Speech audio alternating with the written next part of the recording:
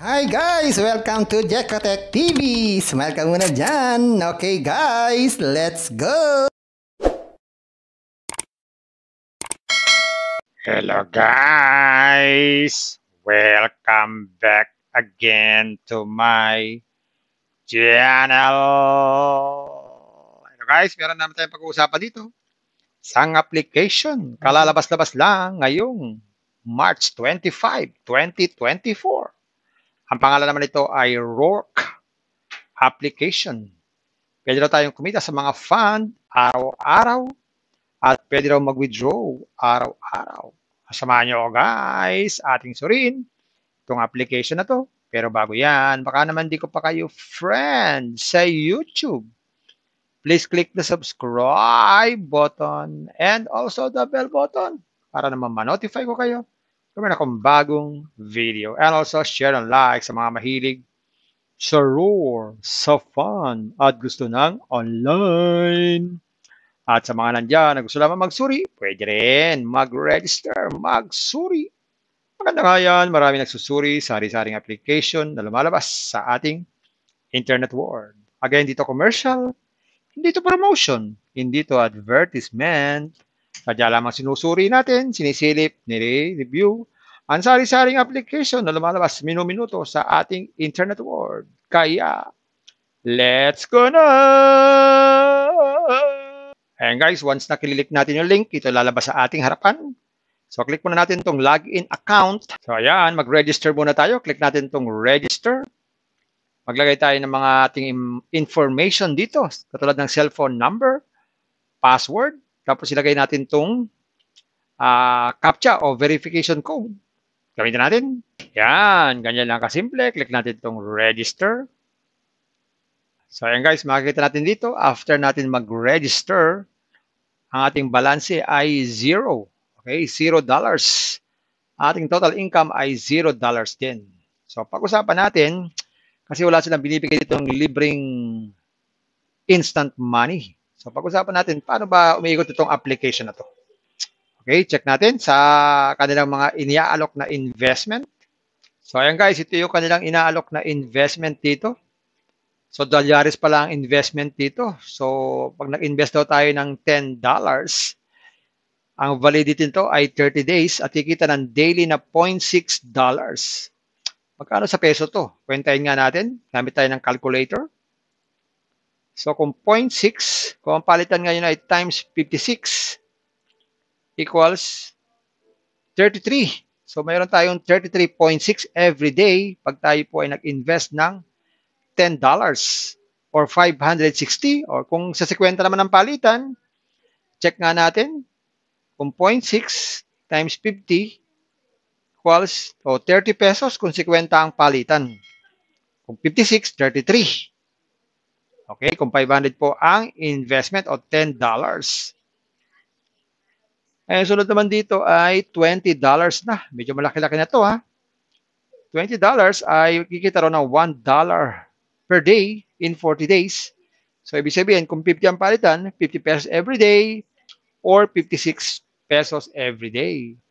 Susunod naman dyan ay $30 na ang puhunan. 1.35 naman po ang daily income niyan. Pag naman $50, 90 days, $1.7 every day. Pag $100 is 2.5 every day nakita. 120 days naman. At ang pinakamalaki na investment na inaalok dito ay, meron pa naman mamaliliit dito. Okay? Meron ding $5,000. At ang daily namang income niyan ay $100 ba? 360 days. At ito, maliliit. Meron pa palang maliliit dito. Yan, $10. 30 days. Kanina ay $10 siya. 30 days din ah. Inulit lang ba? Inulit lang pala. Akala ko iba eh. Ito rin pala. Okay? So, inulit-ulit lang. So, ang pinakamalaki nga ay $500. So, gagawin lang para makapag-invest dyan, kailangan siyempre mag-recharge. Check nga natin yung recharge. Click natin itong recharge. Click natin itong recharge. Ayan. So, lagay natin amount dito. Recharge. Kunwari, mag-recharge tayo ng $10 o $20. So, ang palitan pala dito ay sa $20 is 1,120. So, ang palitan dito kung $1, 56. Tama pala ako kanina. 56 pesos ang isang dolyares.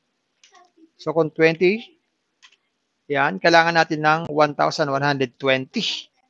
So, pwedeng GCash at pwede rin USDT. Ito yung ginagamit na ng mga crypto account. Kung wala po tayo niyan, GCash na lang tayo.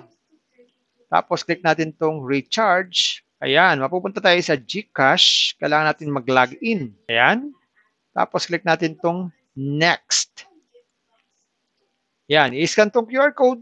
Pagkatapos ma-scan, mag-transfer ng fund. Ayun, meron na tayong balanse. Pwede na tayong mag-invest sa investment na inaalok nila. Ayan. Ayun, check naman natin ang withdrawal. Ayan. So, bago tayo mag-withdraw, so check natin. 0. Tapos, yan. Maglagay tayo ng ating account. So, click natin itong go and add. Yan, wala pa daw. Click natin itong positive. Yan. So, maglagay tayo ng real name natin dito. At ang ating account number. Pag USDT, of course, yung USDT address. So, lalagay ko sa description box kung paano gumawa ng USDT TRC20. Pero GCash muna tayo, mas mabilis. Yan, maglagay tayo ng real name natin, tsaka GCash number. Yan, click natin itong add. Yan, meron na tayo. So, check na natin. Confirm. Yan, withdrawals.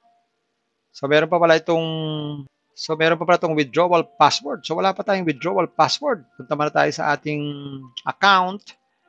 Gawa muna tayo ng withdrawal password. Punta tayo sa setup. Yan, tayo set transaction password. Yan, maglagay tayo ng isang transaction password. Click na tayo. Withdraw na tayo. 0.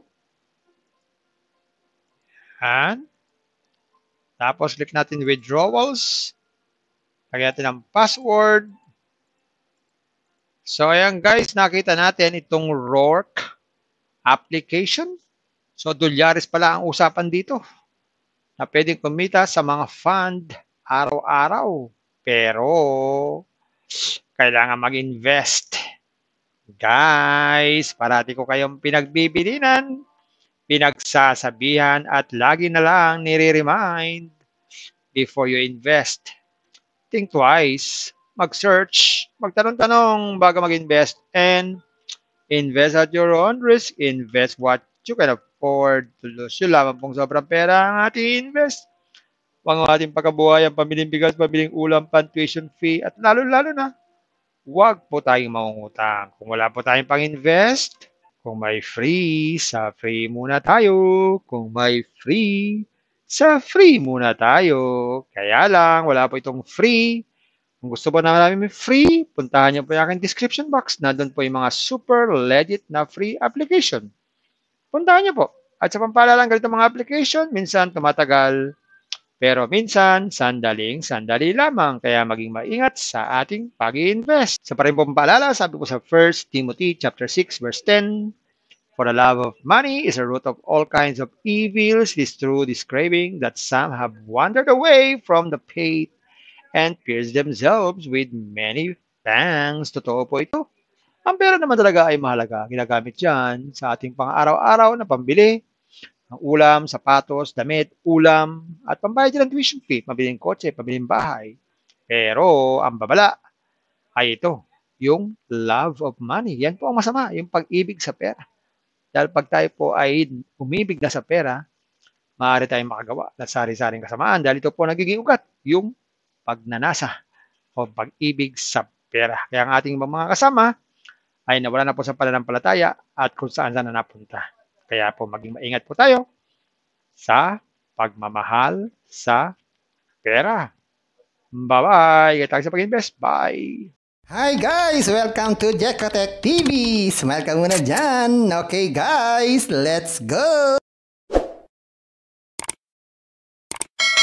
Sa pa rin po paalala, sabi po sa 1 Timothy chapter 6 verse 10, for the love of money is a root of all kinds of evils. It is through this craving that some have wandered away from the faith and pierce themselves with many fangs. Totoo po ito.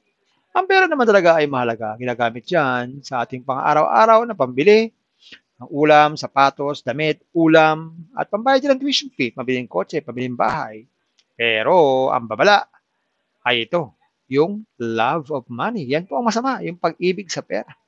Dahil pag tayo po ay umibig na sa pera, maaari tayong makagawa ng sari-saring kasamaan dahil ito po nagiging ugat, yung pagnanasa o pag-ibig sa pera. Kaya ang ating mga kasama ay nawala na po sa pananampalataya at kung saan na napunta.